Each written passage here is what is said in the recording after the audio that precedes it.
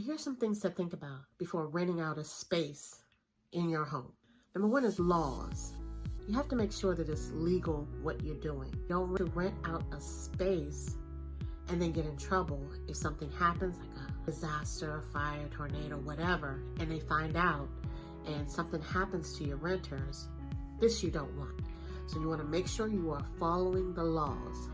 If you are not following the laws, sometimes they will negate insurance because you weren't following the laws. And that brings you to the next point, insurance. Make sure that you can maintain your insurance with renters or other households coming into your space. So laws, insurance, make sure that you're not under ordinances. If you are in a condo, sometimes you can't rent out space, or a homeowners association.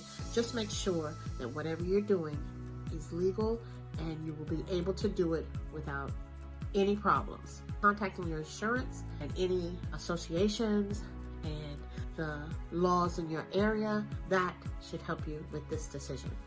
The second thing you want to think about are the comfort. What? The ease with which you can live with another person, or the other person can live in your home, wherever it is that you are deciding to rent out.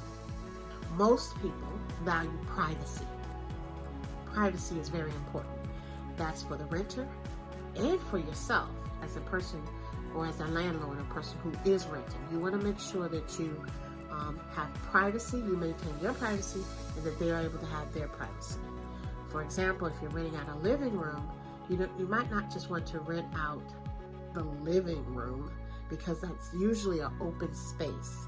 And if you have to walk through the living room to get to the kitchen or wherever, and you want to be able, if you're renting out that space, that doesn't afford much privacy for you and for the renter. Unless you put up some type of barrier or privacy divider. Privacy is important. Usually that's done with a door when we rent out a bedroom, but you can also do, depending on people's level of tolerance, you can also use a, like I said earlier, a divider or a curtain even. Some people don't care as long as it's their space. So it's affording people their space. And usually that's a bedroom with a door. The second thing to consider is access to a bathroom. People usually want, of course, privacy in the bathroom, but they need access to that bathroom.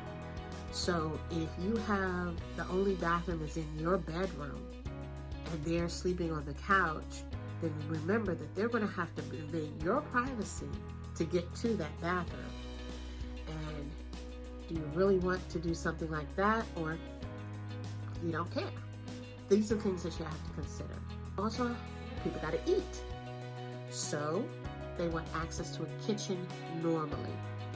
Sometimes I've seen renting where they don't have access to a kitchen to be able to cook, to be able to prep food. Sometimes they're just given a microwave. Whatever the ease or comfortability is in your area, just know that people need access to be able to prep and cook and eat their food. So if you're a person who does not want any eating in rooms, then you give access to where they can eat in maybe a commune area. Next thing you want to think about is egress, coming in and out. So does that renter or does that space afford access in and access out? Or does the renter have to go through hoops and jump over a bed, or go through another bedroom, or go here, go there, just to get into their space? Or the space have to be locked from the outside so you feel comfortable in order for them to rent your basement without any windows or doors. You want to lock that door at night because you have a child and you don't want them to come up to the child. That might not work, because an unfortunate incident happens, they're going to need to get out. And I'm pretty sure in most jurisdictions that would not be okay. These are things to think about. Just to recap, you want to think about the laws in your area. You want to think about your privacy and their privacy. You want to think about access to a bathroom. And you want to think about access to a kitchen, also have to think about egress coming in and out. If that area has all these things or access to these things, then you might really think about being able to use that area so that you can make extra money.